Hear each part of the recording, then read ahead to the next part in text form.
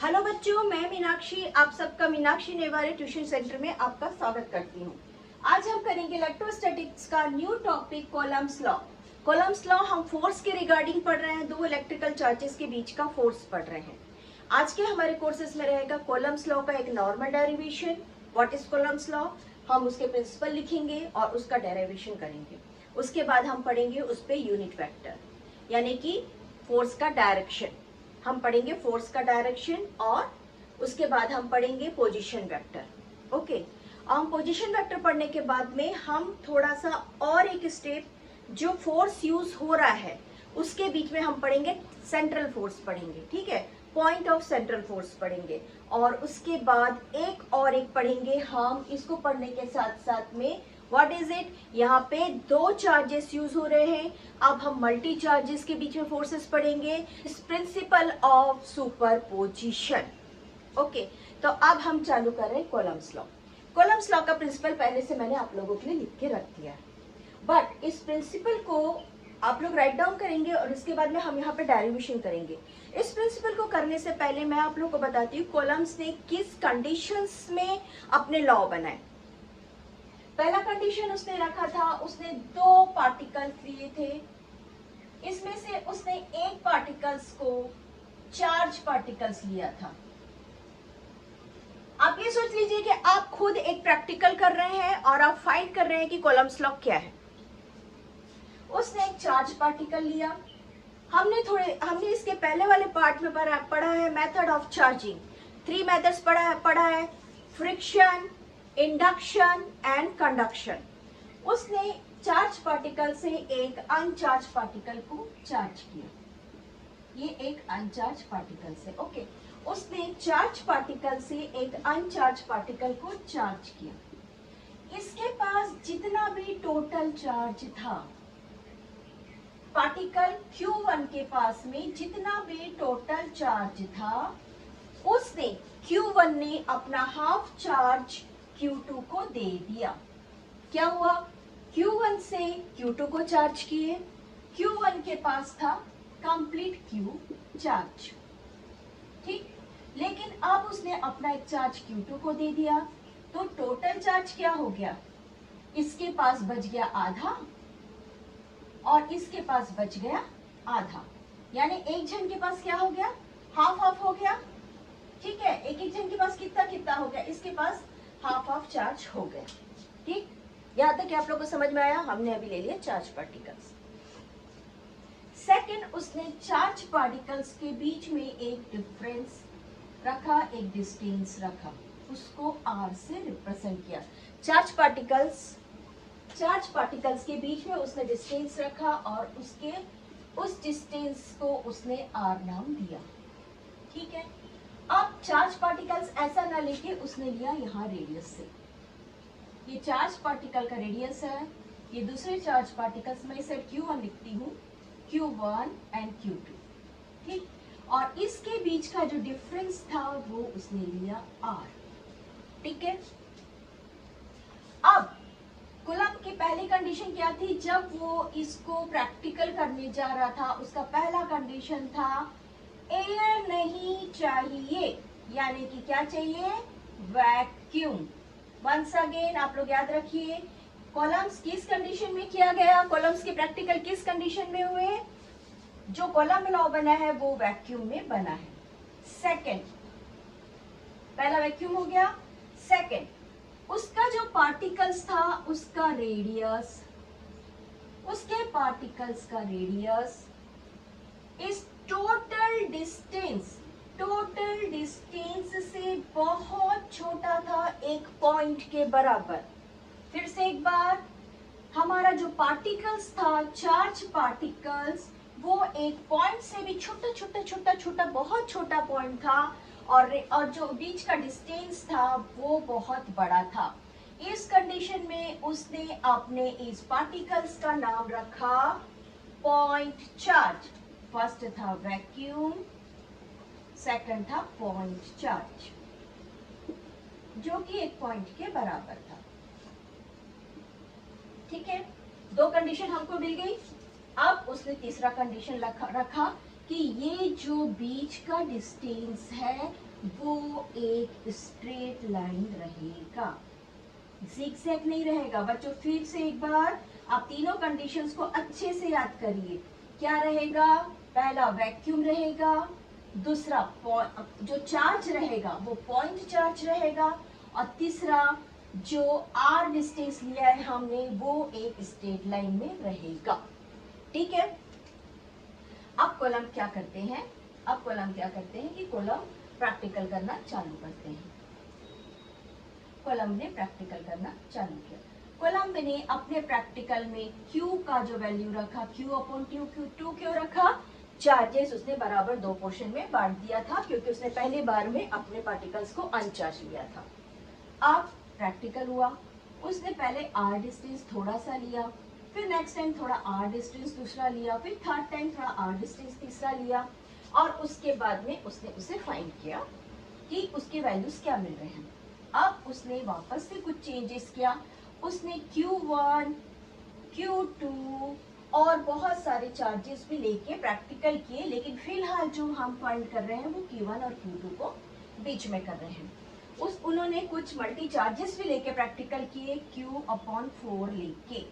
ठीक है, charges Q/4 लेके उन्होंने कुछ प्रैक्टिकल्स भी किए, और ये सब प्रैक्टिकल करने के बाद उन्होंने फाइंड किया कि अब हम इसे ऐसे लिखते हैं कि कोलंब ने जो फोर्स लगाया था, जो फोर्स की वैल्यू फाइंड की थी, वो फोर्स क्या था? Force is proportional to the product of Q1 Q2 charge, and force is inversely proportional to the square between the two charges, distance, square of distance between the two charges। उसने one और second value को, first and second value को मिला के find किया force की value, that is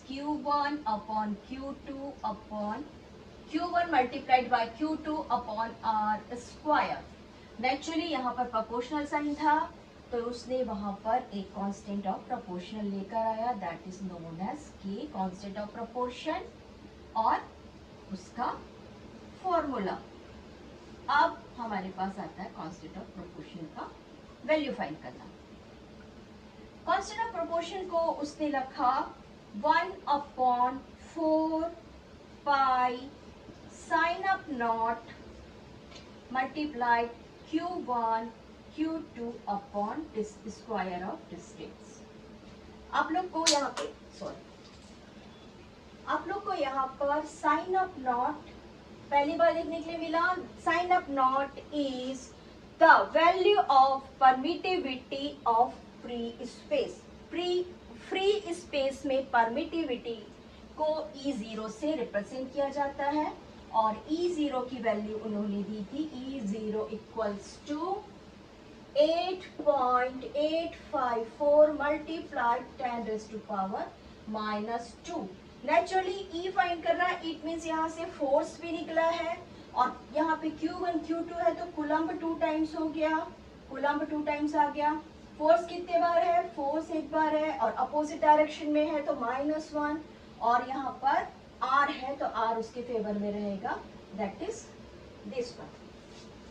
ठीक, उसने परमिटिविटी फाइंड कर ली, इसको परमिटिविटी का वैल्यू मिल गया, इसको साइन ऑफ नॉट कहते हैं, और वैल्यू, और इसे कहते क्या है? इसका नाम, इसको साउंडिंग करते हैं साइन ऑफ नॉट से, और इसको कहते हैं परमिटिविटी ऑफ फ्री स्पेस।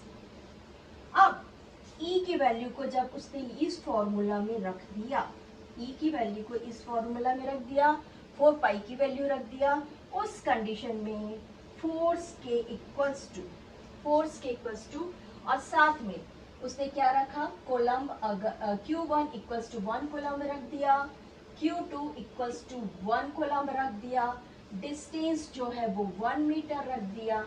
उस कंडीशन में फोर्स इक्वल्स टू K आया, जिसका वैल्यू उसने रखा था, जिसकी वैल्यू उसने फाइंड किया था 9 मल्टीप्लाइड 10⁻⁹। नेचुरली ये फोर्स है और ये कांस्टेंट की वैल्यू है, तो अगर हम फोर्स फाइंड करने जाएंगे तो K की वैल्यू ये है जो हमको बाद में न्यूटन में मिलेगी, बट एक्चुअली K की वैल्यू है 9 multiplied 10⁻⁹। This is value of K। यहाँ से लेके यहाँ तक आप लोग को अगर कहीं डाउट है तो मैं एक बार रिवाइज कर रही हूँ। क्या किया था कोलम्ब ने? कोलम्ब ने दो चार्जेस लिए, Q1 एंड Q2। दोनों के बीच का डिस्टेंस था R। नेचुरली ये रेडियस जो है इस R से बहुत छोटी थी, एक पॉइंट के बराबर थी। इट मीन्स उसने अपने 2 पॉइंट चार्जर लिए। ठीक है, 2 पॉइंट चार्जेस लिए, डिस्टेंस R था, वैक्यूम में प्रैक्टिकल किया गया और ये स्ट्रेट लाइन में था। इस कंडीशन में 2 चार्जेस के बीच में लगने वाले फोर्सेस लगने वाले जो फोर्सेस थे उनका प्रोडक्ट फोर्स के प्रोपोर्शनल था और उनके बीच का distance square of the distance उसके इनवर्सली प्रोपोर्शन में था। उसने यहाँ पे प्रोपोर्शनल साइन हटाने के लिए के साइन ऑफ प्रोपोर्शनल यूज किया। के का वैल्यू दिया 1/4 पाई साइन ऑफ नॉट। साइन ऑफ नॉट का वैल्यू था 8.854 multiply 10⁻⁻²। Coulomb square newton -1 metre -2। Okay, यहाँ तक आप लोग को समझा। अब अगर मान लो मैंने अपने कोलम्ब चार्जेस को 1 कोलम्ब रखा, मैंने अपने पॉइंट चार्जेस की वैल्यू 1 कोलम्ब रखी, सेकेंड पॉइंट चार्जेस की वैल्यू 1 कोलम्ब रखी, मैंने डिस्टेंस 1 मीटर लिया। जिस कंडीशन में यहाँ पे सारी वैल्यूज 1 1 ले रही हूँ उस कंडीशन में मुझे मिला F equals to K। K कौन था? K हमारा था 1/4 पाई साइन ऑफ नॉट। वहां पे साइन ऑफ नॉट की वैल्यू क्या थी? 8.854 मल्टीप्लाई 10⁻⁻²।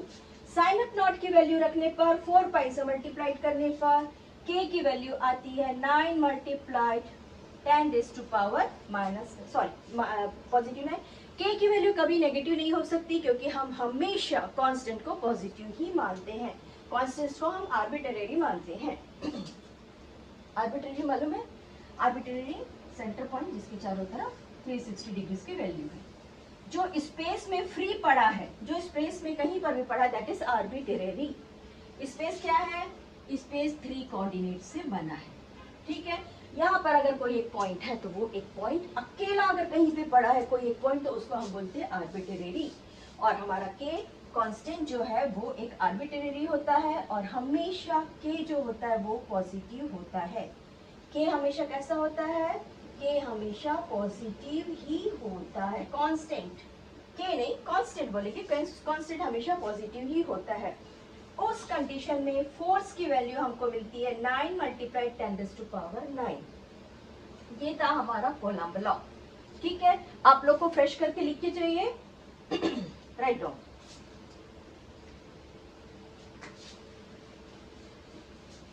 आ जाइए कोलम्ब लॉ के प्रिंसिपल पर।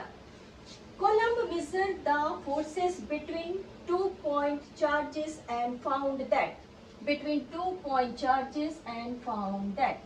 okay, the varied inversely the square of the distance,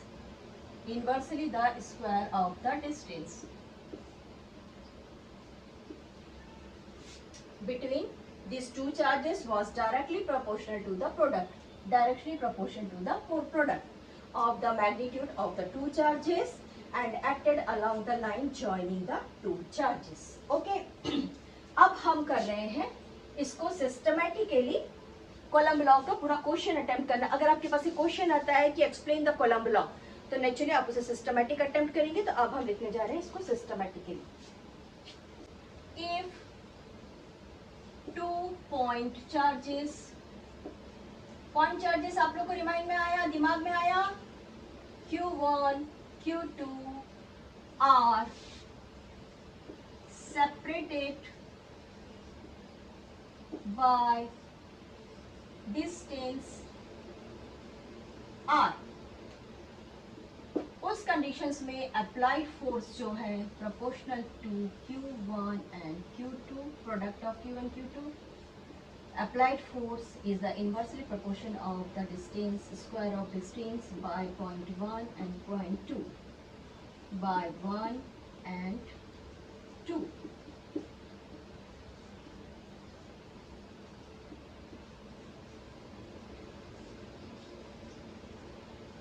अब यहाँ पे आप लोग इक्वल्स टू डाल के एक कांस्टेंट के लिखिए। Q1 multiplied Q2 upon R square. यहाँ पे लिख दीजिए when k equals to constant,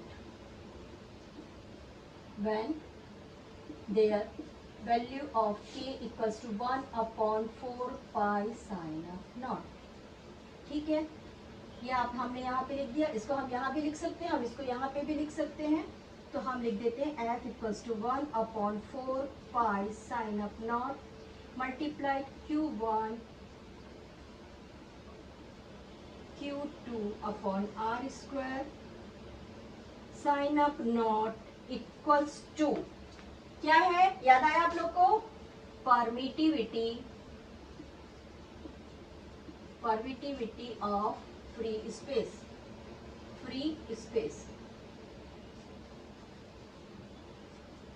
ठीक है, और साइन ऑफ नॉट की वैल्यू भी आप लोग आगे हाथ लिख लीजिए। यहाँ पे साइन ऑफ नॉट की वैल्यू क्या है, 8.854 मल्टीप्लाइड 10⁻⁻²। कॉलम है सी स्क्वायर, कॉलम इसके अपोजिट में है कि साथ में है, देखिए साथ में है, अपोजिट में है, न्यूटन -2 और कौन था, न्यूटन था, और रेडियस था मीटर -2। ठीक है, इस कंडीशन में यहाँ पर साथ में एक k की वैल्यू भी है। क्या है k की वैल्यू, 9 मल्टीप्लाइड 10⁻⁹, ये k की वैल्यू है। अगर यहाँ पे थोड़ा सा स्पेस ले रही हूँ, हम f की वैल्यू फाइंड कर रहे हैं। अगर हमारा charges Q1 Q2 equals to 1 coulomb है और हमारा डिस्टेंस जो हमने यूज किया है दो चार्जेस के बीच में वो 1 मीटर है, उस कंडीशन में अगर हम फोर्स का फॉर्मूला अप्लाई करते हैं तो हमको मिलता है कांस्टेंट k। ठीक है, हमको यहाँ पे मिल रहा है कांस्टेंट k, हमको ये मालूम है हमारा k का वैल्यू 9 मल्टीप्लाइड 10⁻⁹ है। इट मीन्स हमारा फोर्स का वैल्यू क्या मिल रहा है, 9 मल्टीप्लाइड 10⁻⁻⁹, क्योंकि हम फोर्स पढ़ रहे हैं, this is equals to newton. ये रहा हमारा कूलम्ब लॉ। कूलम्ब लॉ क्या कहता है, the applied force on the point charges is the proportional to the product of the charge and inversely proportional to the distance between the charges.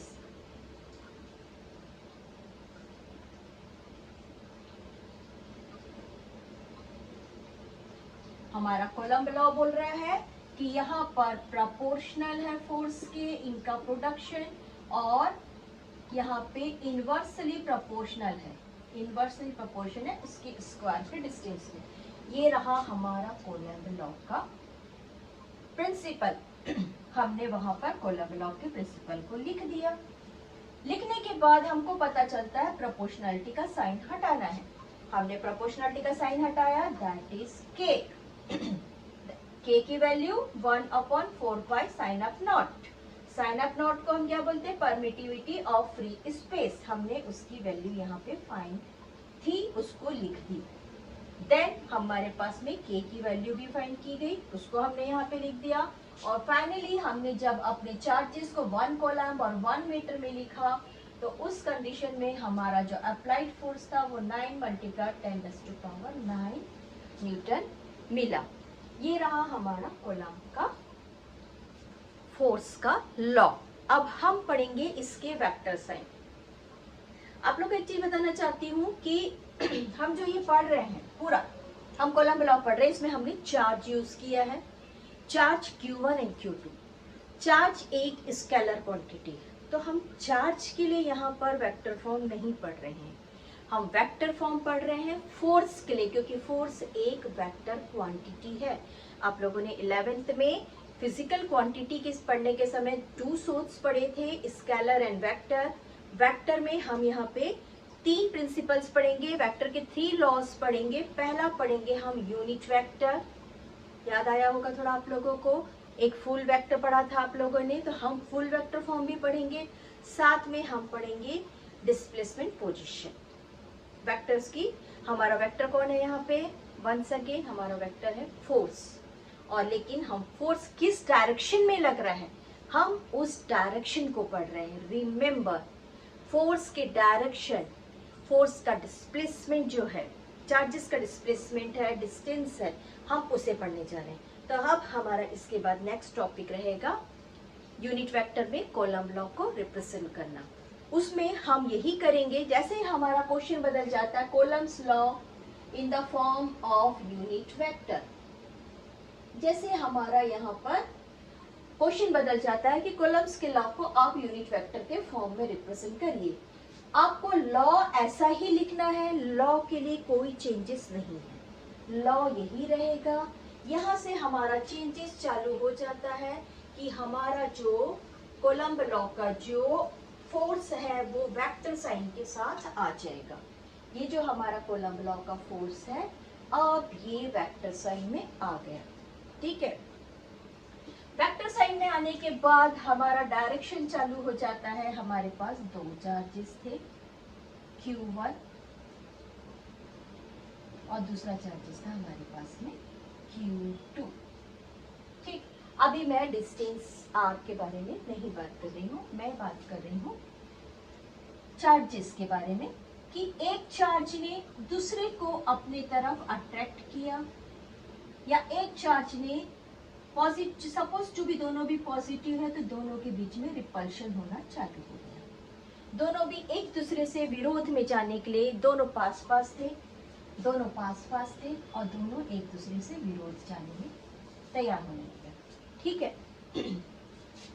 जब ये एक दूसरे के विरोध में जाने लगे, उस कंडीशन में इसने इसके ऊपर चार्जेस अप्लाइड किया कि जब, या इसने इसके ऊपर चार्जेस अप्लाइड किया कि जब, या फिर एक पॉजिटिव था एक नेगेटिव था, मान लो।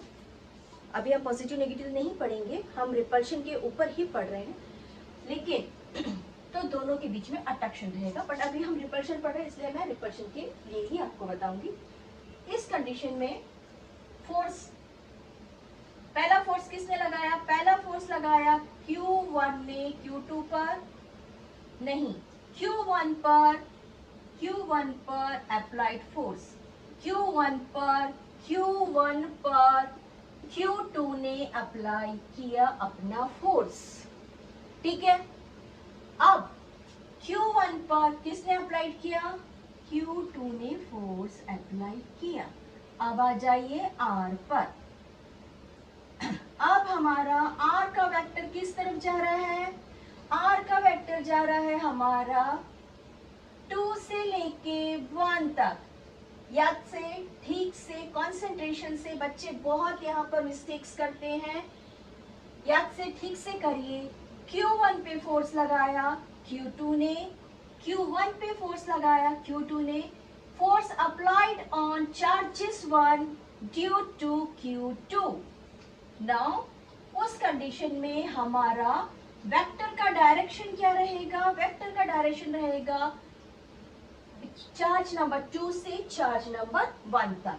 अब हम लिख देते हैं अपना फोर्स का फॉर्मूला, 1/4 पाई साइन ऑफ naught multiplied Q1 Q2 upon R square and our unit vector 21।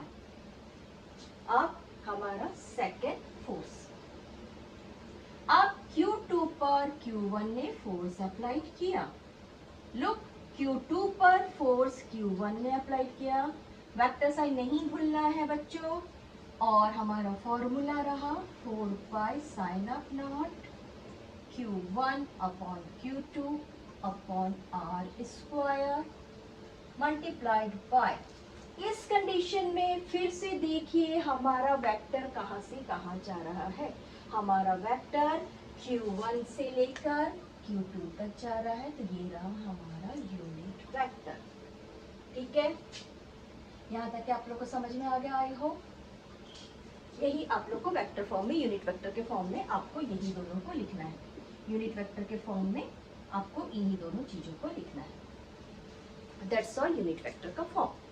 अब यहाँ पर हम यूनिट वेक्टर के बाद करते हैं full vector.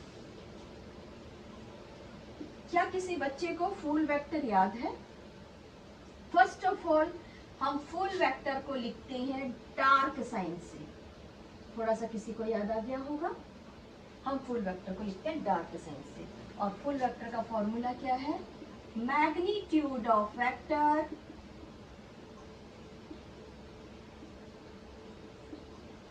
Multiplied by unit vector. मेरा यहाँ पे यूनिट वेक्टर है आर कैप, मैग्नीट्यूड है आर। मैग्नीट्यूड कौन है? जहां पे जो नंबर्स बताएगा वही मैग्नीट्यूड है। रिमेंबर, ये हमारा मैग्नीट्यूड ही है, क्योंकि ये हमको 1 मीटर, जब हम 1 कॉलम ले रहे थे तब ये हमको 1 मीटर बता रहा था।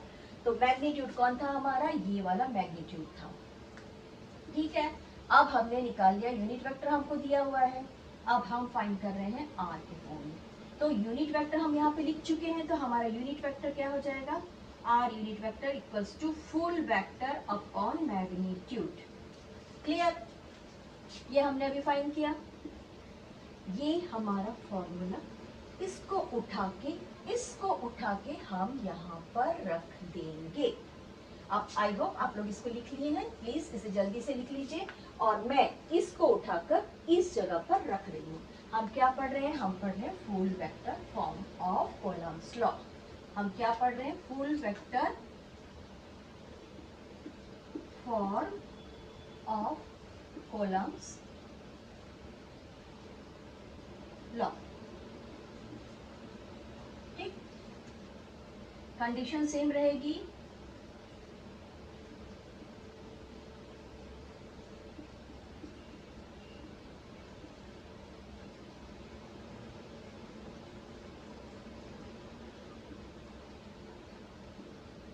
यूनिट वेक्टर हटाया मैंने, यूनिट वेक्टर की जगह लिख दिया मैंने फुल वेक्टर, और मैग्नीट्यूड ऑफ वेक्टर, मैग्नीट्यूड दोनों, क्योंकि ये दोनों मैग्नीट्यूड थे इसलिए ये क्या हो जाएगा बच्चों? ये हो जाएगा आर क्यूब। ओके, एक काम करते हैं, इसको आप लोग के एक्सप्लेनेशन में थोड़ा सा स्पेस लेके मैं लिख देती हूँ फिर से। 4 पाई साइन अप naught multiplied Q1 Q2 multiplied full vector. Full vector को डीप लिखिए, थोड़ा सा गाढ़ा लिखिए, और R raise to power Q. This is our full vector form second F21। इसके बाद हम चालू कर रहे हैं डिस्प्लेसमेंट वेक्टर। आप लोग को थोड़ा सा कोऑर्डिनेट्स याद है? वेक्टर पढ़ने के समय में आप लोग को कोऑर्डिनेट पढ़ाया गया था क्या? इसके पहले स्कूल में अगर पढ़ाया गया है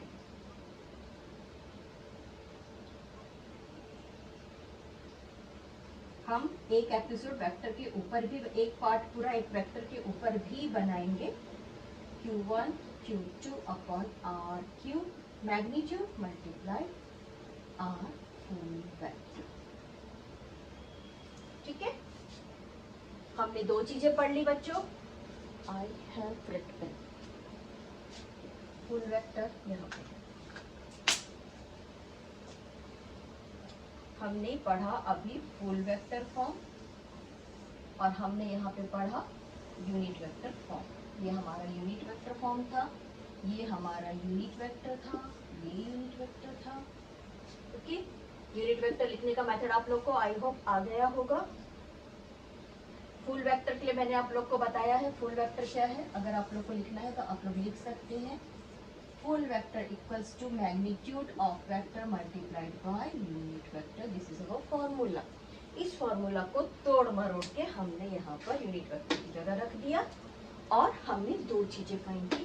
अब एक बार फिर से, अगर आपका क्वेश्चन आता है यूनिट वेक्टर फॉर्म में लिखिए, आप लॉ लिखेंगे। लॉ लिखने के बाद आप इसका ओरिजिनल फॉर्मूला, जो कॉलम लॉ का ओरिजिनल फॉर्मूला था, 1/4 पाई साइन ऑफ naught multiplied Q1 Q2 upon R square लिखेंगे। उसके बाद में, इसको लिखने के बाद में आप ये दोनों यूनिट वेक्टर को लिख देंगे। और इस समय पे अगर आप लोग को ऐसा लगता है कि हमको इसको एक्सप्लेन करना है और इसको एक्सप्लेन करना है, मैं इसको हटा रही हूँ और आप लोग को इसके बदले में लिख के दे रही हूँ। आप लोग इसे नोट कर सकते हैं। F12 equals to applied force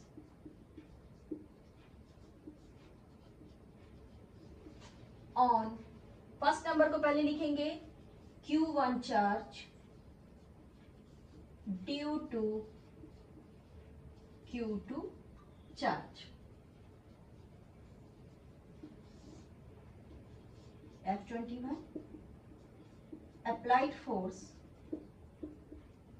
vector जरूर डालिए, applied force on Q2 charge due to Q1 charge.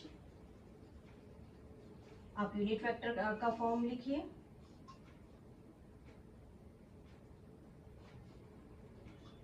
ठीक, unit vector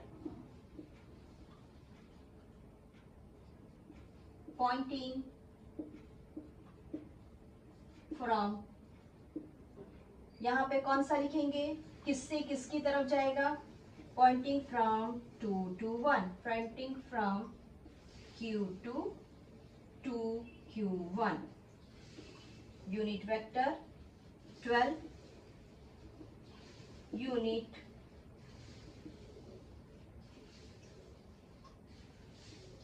vector pointing from Q1 पहले है तो Q1 से जा रहा है Q2 चार्ज की तरफ पॉइंटिंग कर रहा है। ये आप लिख सकते हैं, इसके लिए यहाँ पे नीचे लिख सकते हैं। अब हम करते हैं पोजीशन वेक्टर, इसके बाद पोजीशन वेक्टर स्टार्ट कर रहे हैं। पोजीशन वेक्टर में एक बार फिर से हमारा फॉर्मूला, हमारा प्रिंसिपल यही रहेगा और यहाँ तक के सेम टू सेम आप लोग लिख के रखिए।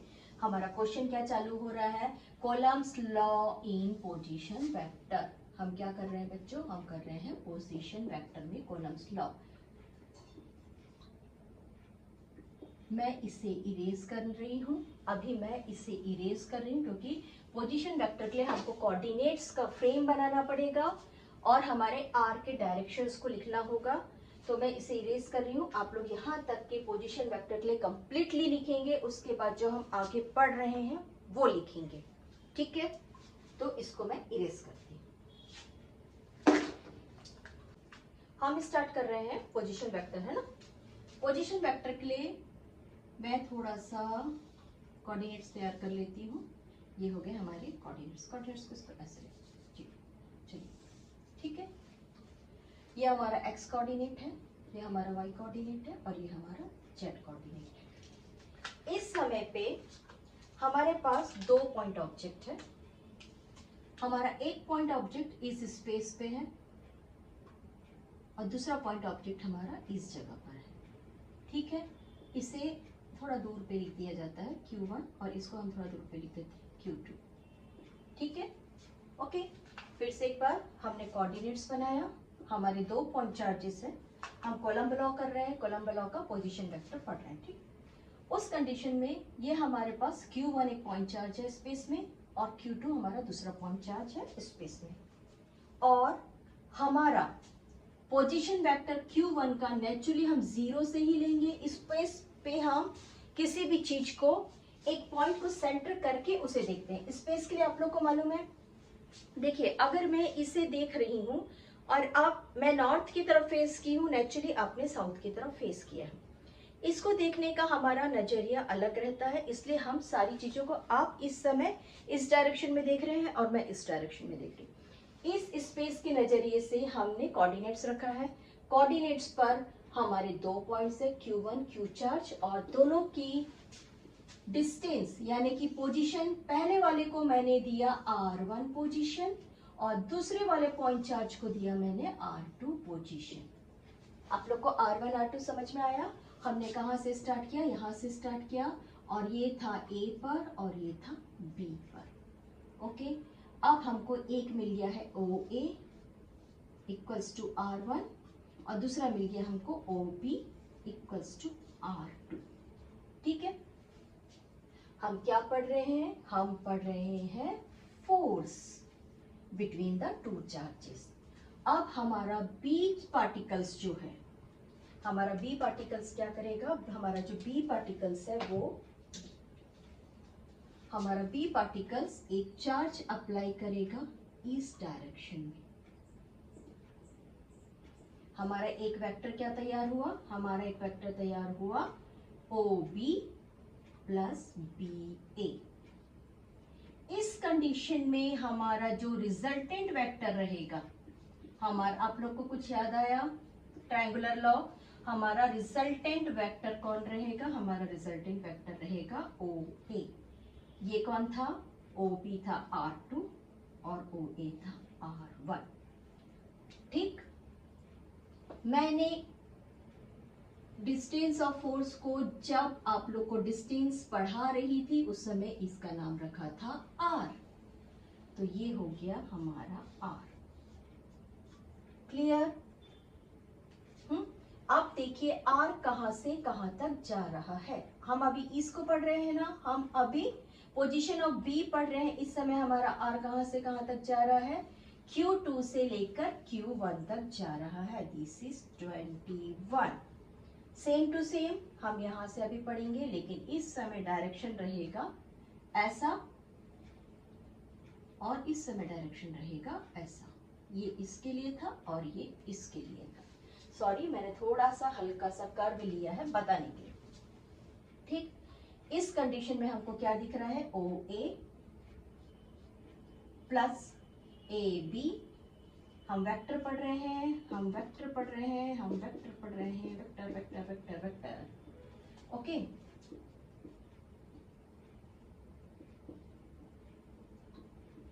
तो रिजल्टेंट वेक्टर कौन रहा, रिजल्टेंट वेक्टर रहा OB। इसको लिख देते हैं, O है, A है हमारे पास R1, OB है हमारे पास में R2 और हमारा AB का वैल्यू क्या था, AB A से B तक जा रहा है, नेचुरली R12। आप लोग को ये काफी अच्छे से अभी समझ में आ गया होगा, आई होप। काफी अच्छे से, मुझे लग रहा है काफी अच्छे से आप लोग को ये समझ में आ गया है। फिर भी एक बार और बता देती हूँ कि पोजीशन वेक्टर जब हमने Q1 रखा था, हमारा चार्ज जब Q1 पर था, हमारा पोजीशन वेक्टर था R1। ठीक है, और हमारा चार्ज जब Q2 पे था, हमारा पोजीशन वेक्टर था R2।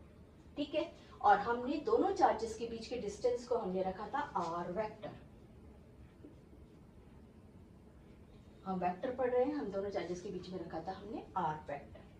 ठीक है, अब हम यहां से चालू करते हैं इनके लिए एक छोटा सा स्टेटमेंट लिखना। तो लिखिए स्टेटमेंट, राइट डाउन।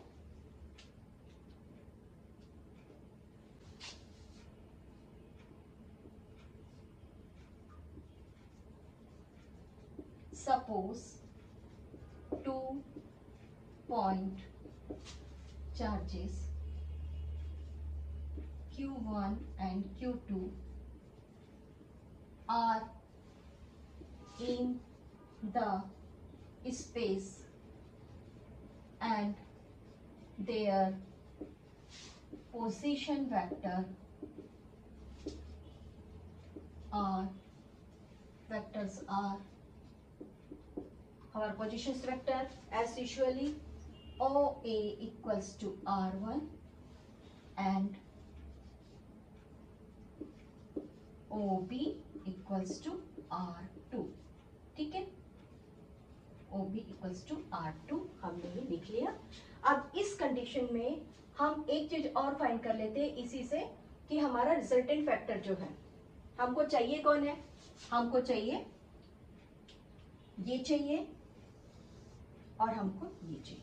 ठीक है, इस कंडीशन में हमारा जो डिस्प्लेसमेंट वेक्टर है, कौन सा, हमारा जो डिस्प्लेसमेंट वेक्टर है R21, look, R21 equals to R1 minus R2।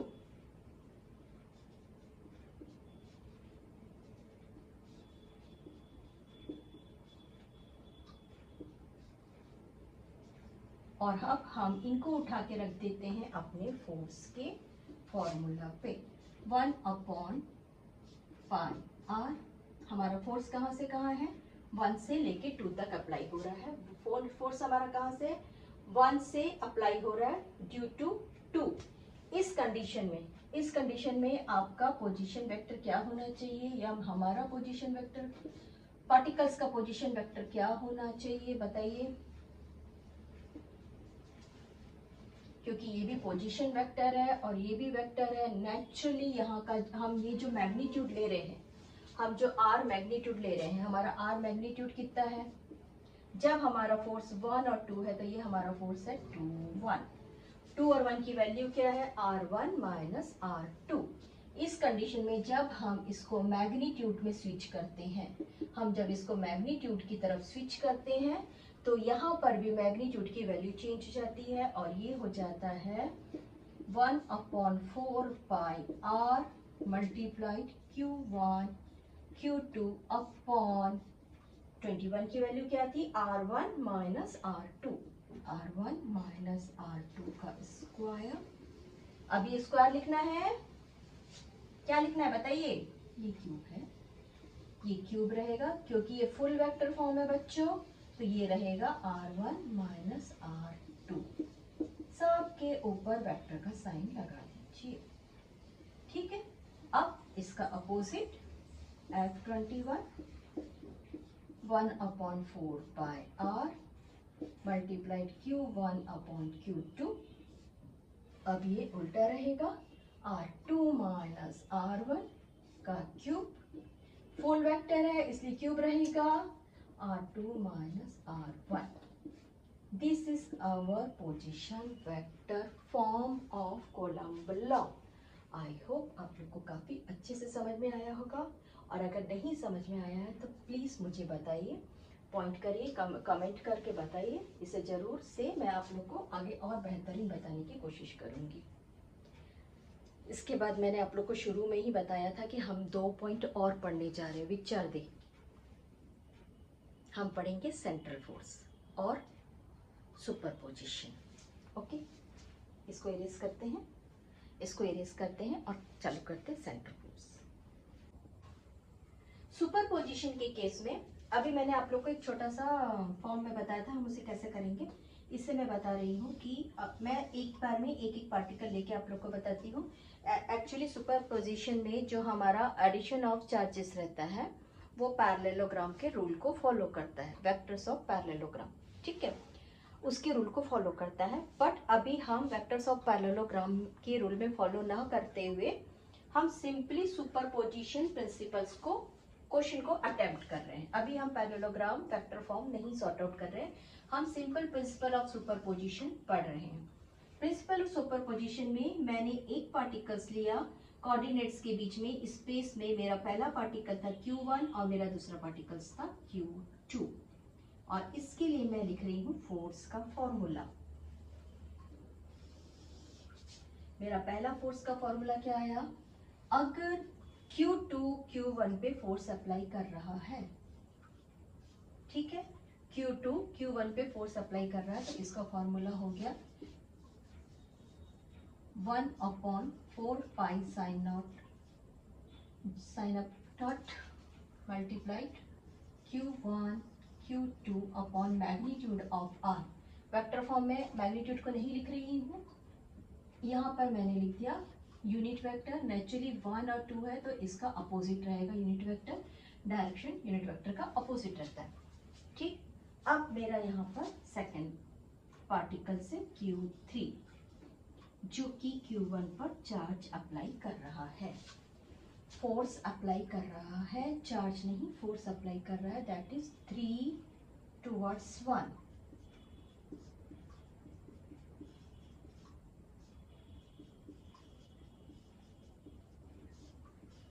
R² था बच्चों, ये फोर्स वेक्टर फॉर्म चल रहा है हमारा, इज इट, हाँ ठीक है। नाउ इसका यूनिट वेक्टर हो गया 1 3 3 1 1 3, ये 2 1 था, इसका यूनिट वेक्टर है 1 2, ठीक है। अब हमारा फोर्थ चार्ज है, थर्ड चार्ज आ गया, ये फोर्थ चार्ज हुआ ना Q4 ने इस पर फोर्स अप्लाई किया, ठीक। गौर से देखो, यहाँ पर एक पैरेललोग्राम बन रहा है। एडिशन ऑफ पैरेललोग्राम का rule 4 1 equals to 1 upon 4 pi sin of naught multiplied q1 upon q2 upon r square dot r raised to power, sorry raised to power नहीं है this one, and this is unit vector, sorry unit vector okay. ठीक है, अब हमारा एक particle है unlimited जिसको हम बोलते हैं Qn। ठीक है, यहाँ पे ये हो गया Fn1, इसको हम I कर देते हैं, 1 कर देते हैं n। हम फोर्स टोटल n फाइंड करते हैं। अभी हम फिलहाल इसको इतना ही करते, छोड़िए, हम अभी फिलहाल इसको इतना ही करते हैं क्योंकि यहाँ पे थोड़ा सा कंफ्यूजन आ जाएगा आप लोगों को। हमने यहाँ पर 1 3 तक के ही फाइंड किया। ठीक है, अब हम आ जाते हैं अपने सुपरपोजिशन के लॉ पर। हमारा सुपरपोजिशन का लॉ क्या बोलता है? The total vector of all forces, total vector of all forces F equals to F21 plus F31 plus F41, total forces. As usual force is our vector quantity. ठीक है, due to the presence of another charges, इस पर लगने वाला total force, किस पे total force लग रहा है? रिमेंबर, ये फोर्स लग रहा है आपका Q1 पर, due to the another force of the charges. Okay, is known as the principle of superposition. The sum of them is known as the superposition. अब इस कंडीशन में क्या होता है? The separate forces remain unaffected. जिस समय Q2 Q1 पे force apply कर रहा था, Q2 Q1 पे फोर्स अप्लाई कर रहा था, Q3 को इससे कोई लेना देना नहीं था और Q4 का इससे कोई लेना देना नहीं था। Q3 और Q4 का इस फोर्स से कोई मतलब नहीं था। Unaffected this charges are. अब अगर मैं यहाँ पर इसके वैल्यूज लिखने के साथ लिख देती हूँ कि मेरे पास फोर्स एन अनलिमिटेड है, तब क्या होगा? तब हमारा जो फॉर्मूला आ जाएगा समेशन ऑफ अपर केस के फॉर्म में हम उसको लिख देंगे। पहले मैं लिख देती हूँ इसके वैल्यूज, ये सेम टू सेम वैल्यूज लिखेंगे, सारे के सारे F21 ये वन लिख देंगे। इसके बाद में इधर पे F1 लिखेंगे, यहाँ पे आएगा F1, Fn का क्या निकल रहा है? 1/4 पाई E0 साइन अप नॉट E0 साइन अप naught Q1 Q2 upon R, दिस इज n। ठीक है, हम इसको लिख देते हैं बच्चों अपने समेशन सुपर केस के फॉर्म में, और ये सबको हमको प्लस करना है यहाँ पे।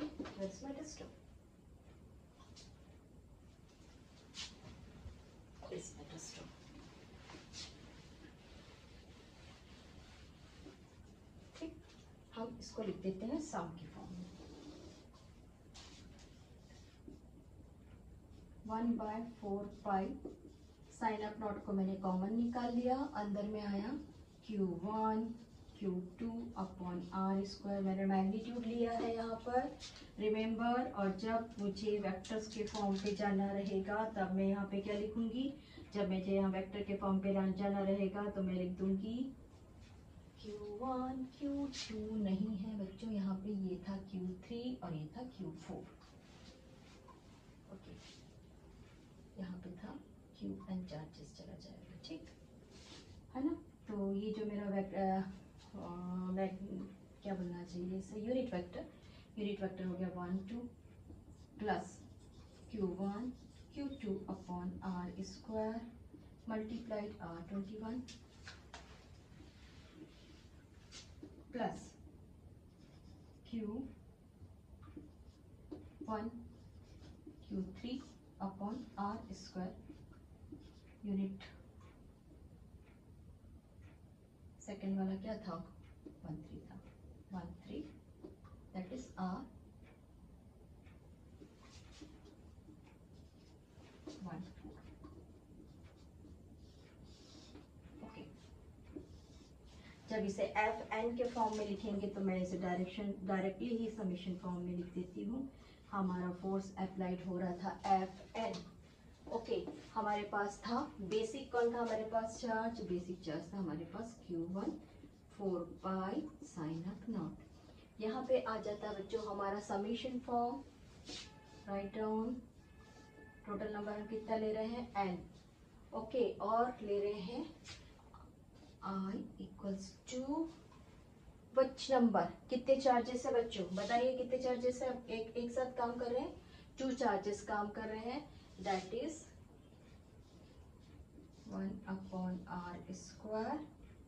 हमारा यूनिट वेक्टर नेचुरली I है, that is RI unit vector. इसमें आप लोग को कभी कहीं डाउट हो तो मुझे जरूर कमेंट बॉक्स में डालिए, मैं आप लोग को इसे कैसे तैयार करते हैं आप लोग को अच्छे से समझा दूंगी। ठीक है, आप लोग को अगर अभी भी कहीं पे कुछ डाउट है तो मुझे बताइए, कमेंट करिए जरूर। हमने पढ़ा है प्रिंसिपल ऑफ सुपरपोजिशन। रिमेंबर, हम लोगों ने इसे पैरेललोग्राम फॉर्म में नहीं पढ़ा है, हम लोगों ने टोटल, हमने क्या पढ़ा बच्चों, द टोटल वेक्टर्स का सम पढ़ा है। हमने क्या पढ़ा है, सुपरपोजिशन उसको बोलते हैं, प्रिंसिपल ऑफ सुपरपोजिशन उसे बोलते हैं कि अगर किसी स्पेस पे मोर देन 2 चार्जेस है, उस समय 2 चार्जेस के बीच में जो फोर्स है उसको हम पहले लिख लेते हैं, उसके बाद नेक्स्ट 2 चार्जेस के बीच का फोर्स लिखते हैं। बट रिमेंबर, ये सारे फोर्स जो हैं, जो सारे डिफरेंट चार्जेस है, ये फोर्स सिर्फ एक ही पार्टिकल्स पे लगाएंगे, जिसे हमने यहाँ पर यूज किया था Q1, यहाँ पे था हमारा Q2, यहाँ पे था Q3 और यहाँ पर था हमारा Q4। ये था हमारा पैरेललोग्राम का एडिशन सब्ट्रैक्शन फॉर्मूला। हमको पैरेललोग्राम का एडिशन फॉर्मूला करना था, सब्ट्रैक्शन नहीं है, पैरेललोग्राम का एडिशन फॉर्मूला था। तो ये रहा आप लोगों का आज का कोलम्ब लॉ, और हम चालू करेंगे न्यूमेरिकल्स नेक्स्ट पार्ट में। इसके सारे word problems as possible as कोशिश करेंगे कि कवर कर सकें। Have a nice day.